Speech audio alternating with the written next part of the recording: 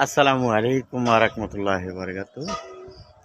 একটা জিনিস লক্ষ্য করেন, কিছু মানুষে ত্রাণ দেয় 10 টাকার, 20 টাকার, 5,000, 10,000, 20,000 টাকা দিয়া লক্ষ লক্ষ কোটি কোটি টাকা হাতিয়ে নিয়া মানুষকে বোকা বানাইয়া বাংলাদেশটার বুঝেন এরকম সিস্টেমের অনেক লোক আছে। রাত্রেবেলা শুয়ে শুয়ে চিন্তা করে আমার ভাইয়ের 50,000 দিমু, আমার বউরে 1,00,000 টাকা দিমু, আমার আত্মীয় স্বজনদের 10-20 হাজার টাকা করে দিমু। কিন্তু চোখ কাটেন তো, রাত্রে যে শুইয়া থাকলে ঘুমের থেকে যদি না ওঠেন তাহলে তো আপনি মৃত্যু। কোটি কোটি টাকা কারে দিয়ে দেবেন? কে খাইব? কাউয়া বগায় চাও এড়িয়ে খাইব। হ্যাঁ, আর আপনার পার্শ্ববর্তী এলাকার মানুষ 10 জন 20 জন আসলে না খাইয়া রইছে।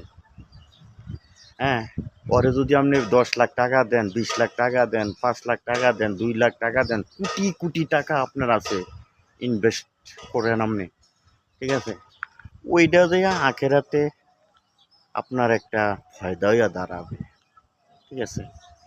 তো আপনি আমার পার্শ্ববর্তী এলাকার কে কিভাবে চলতেছে ওইগুলা আপনি খবর নেন না। মাঝে মধ্যে ওই ত্রাণ দেন 5,000 টাকা, 10,000 টাকা দিয়া কোটি কোটি টাকা আপনি হাতিয়ে নিয়া রাত্রে নাক টেনে ঘুমান। আরে মৃত্যু মানুষের সাথে, ঘুমাইলে মৃত্যু। এর ভিতরে যদি আপনি না ওঠেন ঘুমের থেকে তো আপনার মৃত্যু। 10 তলা বাড়ি আছে আপনার 20টা, 5 তলা বাড়ি আছে 20টা। হ্যাঁ, তারপরে আপনার ব্যাংক ব্যালেন্স আপনি নিজে জানেন না কত কোটি টাকা আছে, ঠিক আছে। তো এই টাকা যদি আপনি যদি ভোগ করে না যেতে পারেন, না খাইয়ে যেতে পারেন, তাহলে এই টাকাগুলা দিয়ে আপনি কি করবেন? আপনার ছেলে সন্তানে মদ খাইব, গাঁজা খাইব। হ্যাঁ, আপনি তো কোনো কিছু করে গেলেন না। হ্যাঁ, কারোর সাথে আপনি যোগাযোগ রাখলেন না। মনে করছেন বাজারে গেলে একটা চা খাওয়াইলে 10 টাকা খরচ, এইটাও করলেন না। কিপটা বানা করে সেটা আপনি কোটি কোটি টিয়া বানাইলেন।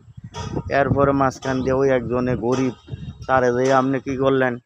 হ্যাঁ, যাইয়া 10,000 টাকা দিয়েছেন, পুরা আপনার অনলাইনের ভিতরে আপনি পরিচিত হয়েছেন।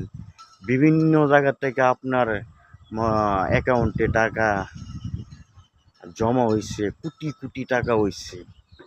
এই হিসাব কই দিবেন ভাই? নামাজ পড়া কোনো লাভ নেই, সুদ খান কোনো লাভ নেই।